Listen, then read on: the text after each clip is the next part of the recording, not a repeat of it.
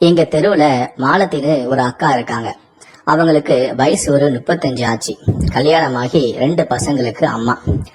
அம்சமான ஆன்ட்டியா எங்க ஏரியாவையே கலக்குவாங்க. ஆனா அவங்க யார் கூடவும் பேச மாட்டாங்க. அவங்க உண்டு, அவங்க வேலை உண்டுன்னு இருப்பாங்க. காலையில வேலைக்கு கிளம்பி எங்க தெருவுல நடந்து போகும்போது நாங்க ஃப்ரெண்ட்ஸ் எல்லாரும் ஒன்னா இருந்து அவங்கள ரசிக்கிறதோட சரி. முன்னாடி வரும்போது அவங்களுடைய முன் அழகையும், எங்களை கடந்து போகும்போது அவங்கள பின் அழகையும் பார்த்து நாங்க நண்பர்கள் எல்லாருமே ரசிப்போம். எங்க ஃப்ரெண்ட்ஸுக்குள்ள நாங்களும் பேசிப்போம்.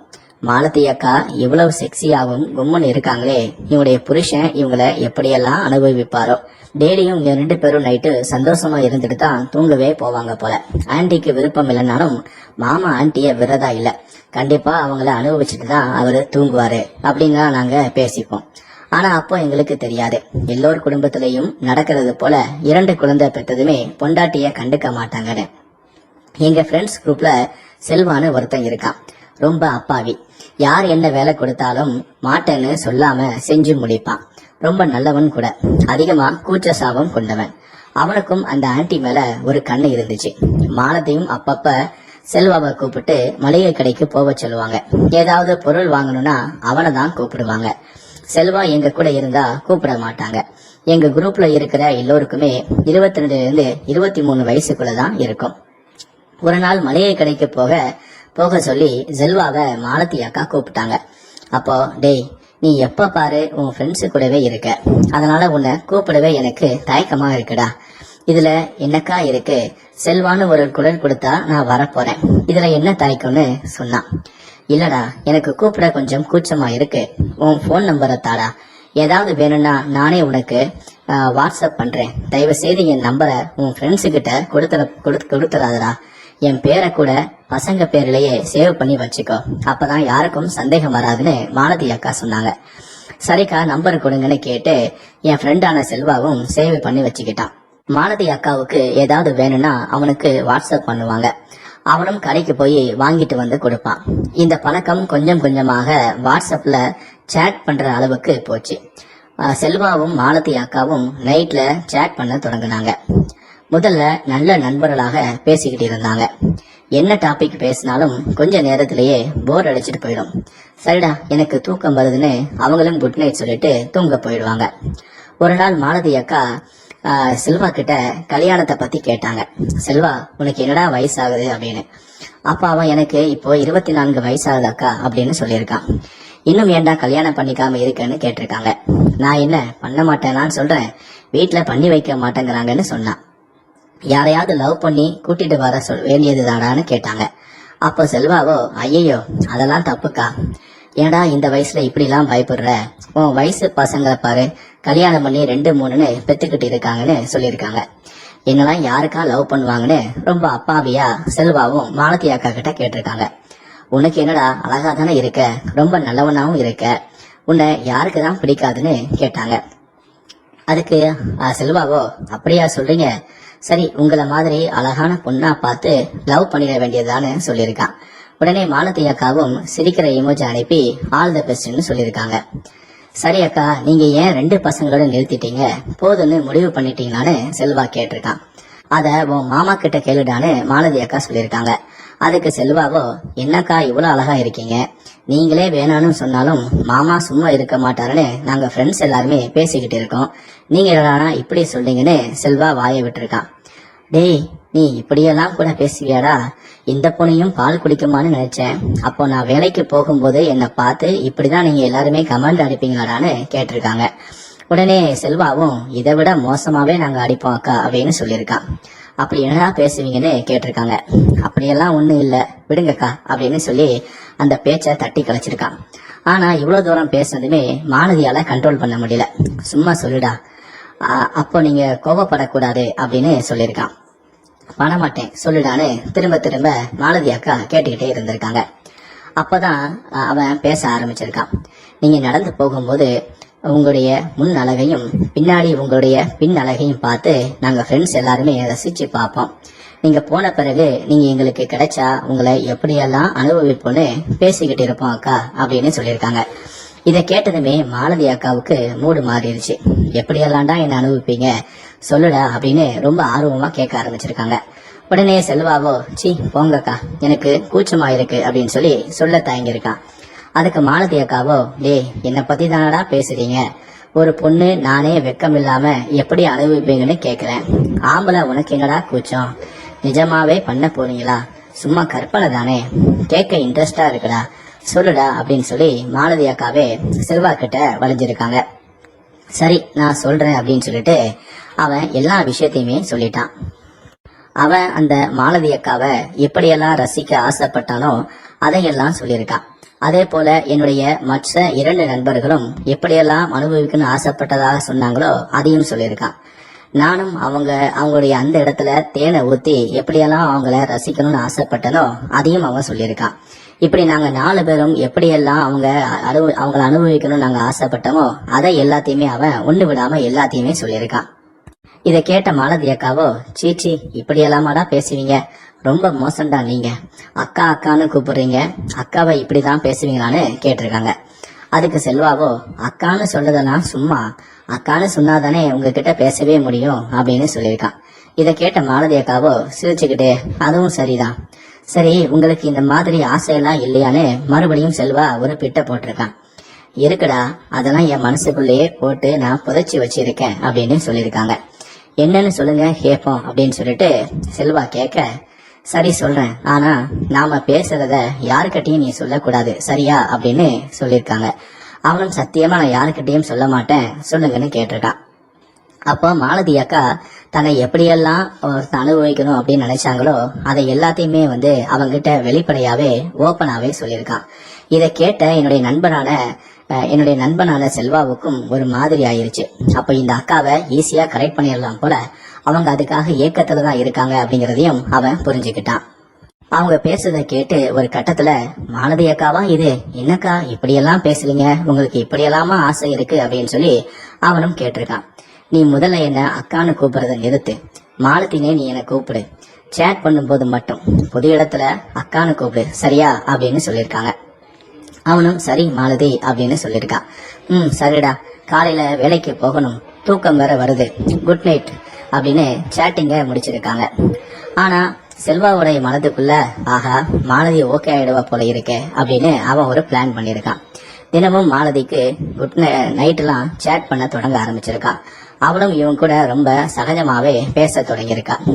ஒரு நாள், சரி மாலதி, ஒரு பேச்சுக்கு நான் கேக்குறேன், 2 சின்ன பசங்க உன் கூட மேட்ரு பண்ணணும்னு விரும்புறோம், எங்க ஃப்ரெண்ட்ஸ் குரூப்ல நீ யார நீ செலக்ட் பண்ணுவ அப்படின்னு சும்மா விளையாட்டா கேட்டிருக்கான். அப்ப மாலதி அக்கா, உன்னையும் உன் நண்பனான இந்த தேனை ஊத்தி என்ன அனுபவிக்கணும்னு ஆசைப்பட்டானே அவனையும் நான் 2 பேரையும் சேர்ந்து எங்கூட மேட்ரு பண்ணணும்னு நான் விரும்புறேன்னு சும்மா சகஜமாவே சொல்லியிருக்காங்க. அப்பதான் அவங்க, உன் நண்பனோட பேரு யாருடா, என்னடா அப்படின்னு சொல்லி கேட்டிருக்காங்க. யாரு, அந்த தேன் பாட்டியா அப்படின்னு சொல்லி என் செல்வா கேட்க, ஆமா நான் அந்த தேன் பாட்டி தான் அப்படின்னு சொல்லியிருக்காங்க. அவன் பேரா, அவன் பேரு விஸ்வா அப்படின்னு என்னோட பேரை அவன் சொல்லியிருக்கான். சரிடா, உன்னையும் அவனையும் தான் நான் செலக்ட் பண்ணுவேன் அப்படின்னு சொல்லியிருக்காங்க. கொஞ்சம் தைரியத்தை வர வச்சுக்கிட்டு அவன், மாலதி மாமா இல்லாத அப்போ உங்க வீட்டுக்கு நாங்க வரட்டுமா அப்படின்னு வெளிப்படையாவே கேட்டிருக்கான். பொருடா, நானே சொல்றேன், ஆனா வரும்போது நீ விஸ்வாவையும் கூட்டிட்டு வரணும், நீங்க 2 பேரும் என்ன கட்டில போட்டு புரட்டி எடுக்கணும் அப்படின்னு கேட்டிருக்காங்க. அவனும், அவன் நீங்க எப்ப கூப்பிட மாட்டீங்க அப்படின்னு காத்துக்கிட்டு இருக்கான், நான் சொன்னாலே போதும் அவன் உடனே வந்துருவான் அப்படின்னு சொல்லியிருக்கான். நாங்க இதுக்காக தானே இவ்வளவு நாளா காத்துக்கிட்டு இருக்கோம், நீ எப்போன்னு மட்டும் சொல்லு அப்படின்னு கேட்டிருக்கான். மாமா டைல்ஸ் விடுற வேலையா நாளைக்கு மறுநாள் கோயம்புத்தூருக்கு போறாரு, அப்ப வாங்கடா என் செல்லங்களா அப்படின்னு மாலதி அக்கா சொல்லியிருக்காங்க. வாரம் உங்களை அனுபவிக்கிறதுக்காக நாங்க 2 பேரும் வாரோம் அப்படின்னு மாலதி அக்கா கிட்ட சொல்லிட்டான். அதன் பிறகு செல்வா என்கிட்ட வந்தான், எல்லா விஷயத்தையும் சொன்னான். எனக்கும் அதிர்ச்சியாக இருந்து, ஆனா கடைசி அவன் சொன்ன விஷயம் எனக்கு ரொம்ப சந்தோஷமா இருந்துச்சு. மாலத்தியை நாங்க 2 பேரும் அனுபவிக்க போறோம் அப்படின்னு சொன்னதுமே எனக்கு ரொம்ப சந்தோஷமா இருந்துச்சு. அவன் கடைசியா இந்த விஷயத்த சொன்னான், நம்ம போற விஷயத்த நீ யாருக்கிட்டையும் சொல்லக்கூடாது, இந்த ரகசியத்தை நீ காக்கணும் அப்படின்னு எல்லா விஷயத்தையும் சொன்னான். நானும் சரி நான் யாருக்கிட்டையும் சொல்ல மாட்டேன் அப்படின்னு சொல்லிட்டேன். அன்னைக்கு நானும் என்னுடைய நண்பனும் அவனுடைய பாட்டி வீட்டுக்கு போறோம், ஒரு வேலையா போறோம் அப்படின்னு சொல்லிட்டு என்னுடைய மற்ற நண்பர்கள்ட்ட சொல்லிட்டு நாங்க மாலதியோட வீட்டுக்குள்ள போயிட்டோம். அதன் பிறகு அந்த மாலதிய நானும் என் நண்பனும் எப்படியெல்லாம் அனுபவிக்கணும்னு நினைச்சோமோ அப்படியெல்லாம் அவளை அன்னைக்கு முழுவதும் நாங்க அனுபவிச்சோம். அதுக்கு மாலத்தையும் எங்களுக்கு நல்ல ஈடு கொடுத்தாங்க. அந்த நாள் பிறகு எங்களுக்குள்ள அதிகமாக நெருக்கம் ஏற்பட்டுச்சு. அதன் பிறகு பலமுறை நானும் என் நண்பனும் சேர்ந்தே மாலதியுடனும், சில நேரங்களில் நான் தனியாகவும் என்னுடைய நண்பனான விஸ்வா தனியாகவும் இப்படி மாறி மாறி மாலதியுடன் உல்லாசமாக ரகசியமாக அனுபவித்து வந்து கொண்டிருந்தோம். நாட்கள் செல்ல செல்ல மாலதியுடைய கணவனுக்கு சரியாக வேலை வாய்ப்பு இல்லாததால் அவர் வெளிநாட்டுக்கு செல்வதாக முடிவும் செய்தார். அது எங்களுக்கு மேலும் சாதகமாக அமைந்துவிட்டது. அதன் பிறகு அவரை மாலத்தை வெளிநாட்டுக்கு அனுப்பி வைத்துவிட எங்களுக்கு அது ரொம்ப சந்தோஷமாக இருந்தது. காரணம், அவர் இவ்வளவு நாள் வரை அவர் எப்போதெல்லாம் வெளியூருக்கு வேலைக்கு செல்வாரோ அப்போது மட்டுமே நானும் என் நண்பனும் மாலதியுடன் உல்லாசமாக இருந்து வந்தோம். ஆனால் தற்போது மாலதி அவருடைய கணவனை வெளிநாட்டுக்கு அனுப்பி வைத்து விட்டதால் நாங்கள் தினமும் உல்லாசமாக இருக்கலாம் என எங்களுக்கு ரொம்ப சந்தோஷமாக இருந்தது. அதை போலவே அவருடைய கணவனும் வெளிநாட்டுக்கு சென்று விட்டார். அதன் பிறகு நானும் என்னுடைய நண்பனான செல்வாவும் வாய்ப்பு கிடைக்கும் போதெல்லாம் மாலதியை அனுபவித்து வந்தோம். இப்படியே நாட்கள் சென்று கொண்டிருந்தது. சுமார் 4-5 ஆண்டுகளாக நாங்கள் மூவருமே ரகசியமான உறவில் உல்லாசமாக இருந்து கொண்டு வந்தோம். அந்த சமயம் பார்த்து எனக்கு கொஞ்சம் பண கஷ்டம் ஏற்பட்டது. அதனால் நான் வேறு வழியின்றி நான் வெளிநாட்டுக்கு செல்ல வேண்டிய சூழலும் ஏற்பட்டது. அதனால் நானும் வெளிநாட்டுக்கு சென்று விட்டேன். அதன் பிறகு என்னுடைய நண்பனான செல்வாவும் மாலதியும் மட்டுமே தினமும் உல்லாசமாக அனுபவித்து வந்தார்கள். நான் எப்போதெல்லாம் வெளிநாட்டில் இருந்து ஊருக்கு வருகிறேனோ அப்போது மட்டுமே நான் மாலதியுடன் உல்லாசமாக இருந்துவிட்டு செல்வேன். இப்படியே மேலும் 1 வருடங்கள் சென்றது. அதன் பிறகு ஒரு நாள் திடீரென மாலதியுடைய கணவனோ வெளிநாட்டிலிருந்து ஊருக்கு வந்தவர் ஒரு அதிர்ச்சியான செய்தியை மாலதியிடம் சொன்னார். நான் சுமார் 4-5 ஆண்டுகளாக வெளிநாட்டிலேயே என் வாழ்க்கையை தொலைத்து விட்டேன். போதும் அளவுக்கு பணத்தையும் சம்பாதித்து விட்டேன். இனி நான் வெளிநாட்டுக்கு செல்ல போவதில்லை. உள்ளூரிலேயே பழையபடி டைல்ஸ் ஒட்டக்கூடிய வேலையை செய்ய போகிறேன் என கூறினார்.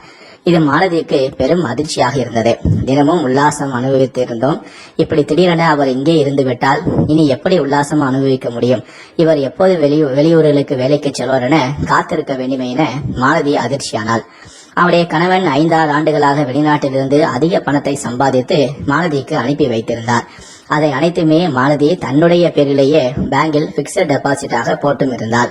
அது மட்டுமல்ல, தன்னுடைய கணவனுக்கு பெரிய தொகையில் இன்சூரன்ஸ் பாலிசியையும் எடுத்து வைத்திருந்தார். இதன் பிறகு தன்னுடைய கணவன் தேவையில்லை என்றும், தன்னுடைய கணவன் உயிரோடு இருந்தால் தன்னுடைய தகாதவருக்கு தான் அவர் இடையூறாக இருப்பார் என்பதையும் மாலதி கருதினாள். அதனால் அவருடைய கணவனை கொலை செய்ய அவளும் முடிவு செய்தாள். அதற்காக முதலில் என்னுடைய நண்பனான செல்வாவிடம் இது குறித்து கூறினாள். செல்வாவோ, நான் கொலை செய்ய தயார், ஆனால் தனியாக என்னால் முடியாதே, எனக்கு துணைக்கு ஒருவன் வேணுமே, நீங்கள் விஸ்வாவையும் அழையுங்கள் என கூறியிருக்கிறான். அதன் பிறகு மாலதியோ எனக்கு போன் செய்து என்னுடைய கணவனை கொலை செய்ய வேண்டும் என கூறினாள். அதற்கு நானோ, கொலை செய்யலாம், எந்த விதமான பிரச்சனையும் இல்லை, ஆனால் நானோ இப்போது வெளிநாட்டில் இருக்கிறேன், நான் எப்படி என்னுடைய கணவனை கொலை செய்ய முடியும்? எனக்கே கொஞ்சம் பணம் கஷ்டமாக இருக்கிறது, நான் எப்படி ஊருக்கு வந்து போக முடியும் என நான் கூறினேன். அப்போது மாலதியோ, உனக்கு வந்து போக எவ்வளவு செலவாகிறதோ அந்த பணத்தை நானே தருகிறேன், 1 வாரம் பேச்சுக்காக வந்துவிட்டு செல் எனவும் கூறினாள். நானும் சரி, 1 வாரம் பேச்சுக்கென வந்துவிட்டால் பலருக்கும் சந்தேகம் ஏற்படும், அதனால் என்னுடைய நண்பர்கள் யாருக்காவது கல்யாணம் ஏதாவது ஒரு நல்ல விஷயத்துக்கு வருவது போல வந்து உன் கணவனை நான் கொலை செய்து விடுகிறேன், அதுவரைக்கும் கொஞ்சம் பொறுமையாக இரு எனவும் கூறினேன்.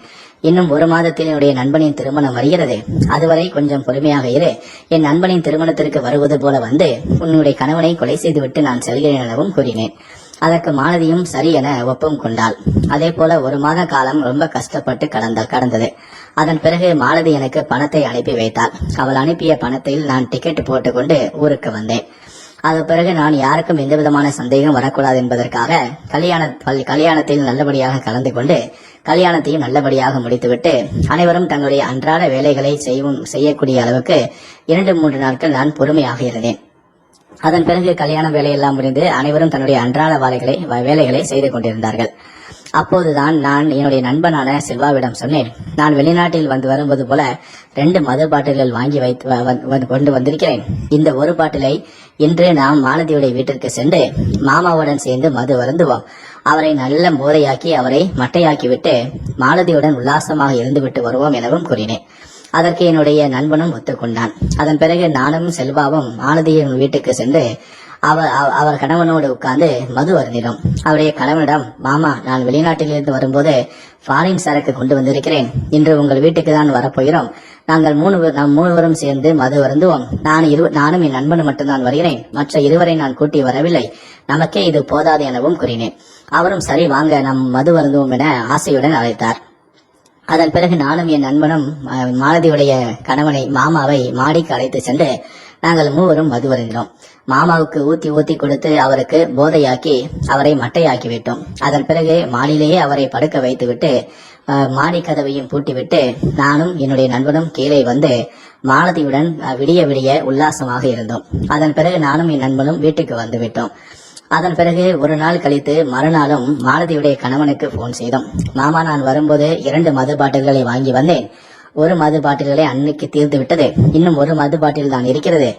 நீங்கள் இந்த காட்டுக்கு வாருங்கள், நாங்கள் உங்களுக்காக காத்து கொண்டிருக்கிறோம். இங்கு வந்து நம்ம அனைவரும் சரக்கடிப்போம் என நான் அழைத்தேன். அப்போது மாலதியுடைய கணவனோ, ஏன் அங்கெல்லாம் போய் அடிக்க வேண்டும், வீட்டுக்கே வாங்கினேன், அன்னைக்கு மாதிரி நம்ம சரக்கடிப்போம் என கூப்பிட்டார். அப்போது நானோ, இல்லை, அன்னைக்கு வந்து நீங்க அதிகமாக குடித்து மட்டையாகி விட்டீர்கள். மாலதி அக்கா எங்கள் இருவரையும் கண்டமேனிக்கு திட்டிவிட்டார். மீண்டும் உங்களுடைய வீட்டுக்கு வந்தால் எங்களை அடித்தே விடுவார். அதனால் நாங்கள் உங்கள் வீட்டுக்கு வரமாட்டோம். உங்களுக்கு சரக்கு வேண்டும் என்றால் நாங்கள் சொல்லக்கூடிய இடத்திற்கு வாருங்கள் என அழைத்தோம். அவருக்கும் ஃபாரின் சரக்கு என்பதால் ரொம்ப பிரியம். அவரும் உடனடியாக நாங்கள் அழைத்த அந்த இடத்திற்கு வந்து விட்டார். அதன் பிறகு நானும் மாலதியுடைய கணவனும் என் நண்பனான செல்வாவும் 3 பேருமே மது அருந்த ஆரம்பித்தோம். அவருக்கு வேண்டுமென்றே அதிகமாக மதுவை ஊற்றி கொடுத்தோம். அவரும் போதை தலைக்கேறி அவரும் போதையில் மயங்கி விழ, அதன் பிறகு நானும் என் நண்பனும் சேர்ந்து அவரை கழுத்தை நெரித்து அவரை துடிக்க துடிக்க கொலையும் செய்தோம். அதன் பிறகு அந்த காட்டில் யாரும் வராத வகையில் அவர் மீது பெட்ரோலை ஊற்றி அவரை எரித்து எலும்புக்கூட ஆகும் வரை அங்கே நாங்கள் காத்திருந்து அவரை எரித்தே கொன்றுவிட்டோம். அதன் பிறகு இந்த எலும்பு கூட கிடைக்கக்கூடாது என்பதற்காக குழி தோண்டி அந்த எலும்பு கூடையும் நாங்கள் புதைத்து விட்டோம். அதன் பிறகு அந்த ஏரியாவில் எதுவுமே நடக்காதது போல அந்த ஏரியாவை முற்றிலுமாக மாற்றிவிட்டு யாருக்கும் சந்தேகம் வராத அளவுக்கு எல்லாத்தையும் செய்துவிட்டு அன்றாட எங்களுடைய வேலைகளையும் செய்ய ஆரம்பித்தோம். அதன் பிறகு நானும் மாலதியிடம், இன்று உன்னுடைய கணவனை நாங்கள் கொலை செய்து விட்டோம், நல்லபடியாக எல்லாமே நம் பிளான் படி எல்லாமே நல்லபடியாக முடிந்தது. நாளை நான் மறுபடியும் வெளிநாட்டுக்கு செல்கிறேன் எனவும் கூறினேன்.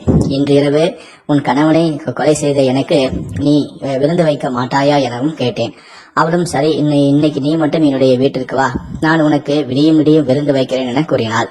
அவளுடைய கணவனை கொலை செய்ததை நாங்கள் கொண்டாடும் விதமாக இரவு நான் மாலதியின் வீட்டிற்கு சென்றேன். இரவு முழுவதும் அவளுடன் சந்தோஷமாக இருந்தேன். மறுநாள் நான் வெளிநாட்டுக்கு கிளம்பி சென்று விட்டேன்.